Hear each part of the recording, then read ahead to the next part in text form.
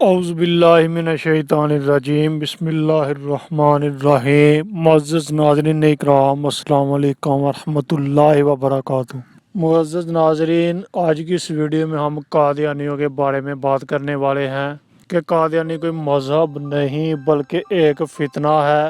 معزز ناظرین اکرام، قادیانیوں کے بارے میں مزید بات شروع کرنے سے پہلے تھوڑی سی نظر عیسائیوں اور یہودیوں پر ڈالتے ہیں۔ ہم عیسائیوں کو اس لیے نہیں مانتے کیونکہ وہ حضرت عیسیٰ علیہ السلام کو ہی مانتے ہیں، جبکہ حضرت عیسیٰ علیہ السلام کو ہم نبی مانتے ہیں۔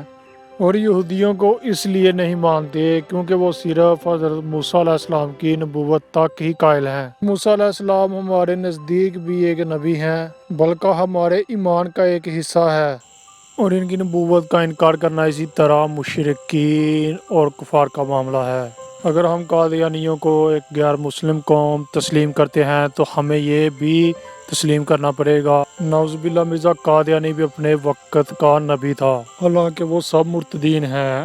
اگر معاملہ اسی طرح حل ہونا ہوتا تو حضرت ابو بکر صدیق رضی اللہ تعالی عنہ مرتدین اور مسلمہ کذاب کو قتل نہ کرتے اور ان کو الگ قوم تسلیم کرنے کے بجائے ان کو قتل کیا۔ معزز ناظرین اکرام، قرآن مجید نے بھی مرتدین سے کسی بھی قسم کا معاہدہ کرنے کے اصول واضح نہیں کیے، بلکہ سیدھا حکم جاری کیا کہ مرتدین واجب القتل ہے۔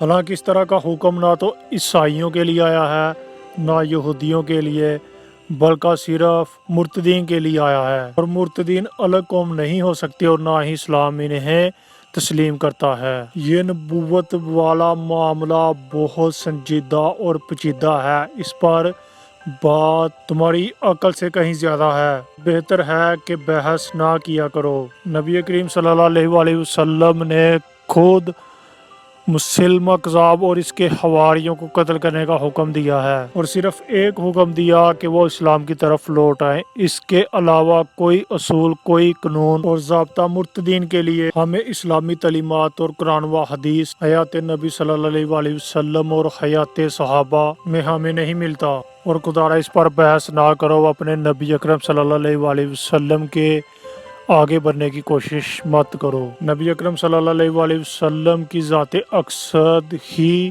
آخری سہارا ہے ان کے لیے۔ معاملے میں ذرا سا جھول بھی جہنم کے دروازے کھول دے گا، اور اپنے لیے شفاعت کے دروازے دنیا کے لیڈروں کے لیے بند مت کرو۔ اور یہ کہنا کہ اس طرح قادیانی خود کو کافر تو مانیں گے، قادیانیوں کا جب ایمان ہی نہیں تو وہ کہیں بھی نقب لگا سکتے ہیں۔ قادیانی آپ کے آئین کو تسلیم نہیں کرتے اور نہ ہی آپ کو مسلمان مانتے ہیں۔ اگر ان کو ہم اقلیت کہیں تو اس میں کوئی شک نہیں، وہ اقلیت ہی ہیں، اکثریت نہیں، لیکن وہ عام کافروں کی طرح کافر نہیں۔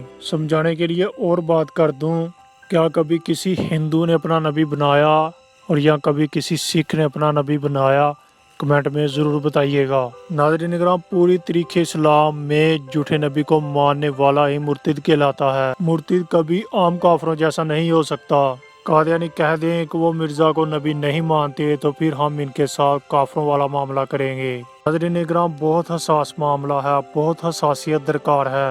اللہ تعالیٰ سے دعا ہے کہ اللہ ہمیشہ ہمارے دلوں کو سیدھا رکھنا، آمین۔ تو ناظرین اکرام، یہ تھی ویڈیو اچھی لگے تو واٹس ایپ گروپ میں دوستوں کے ساتھ ضرور شیئر کیجیے۔ اللہ حافظ۔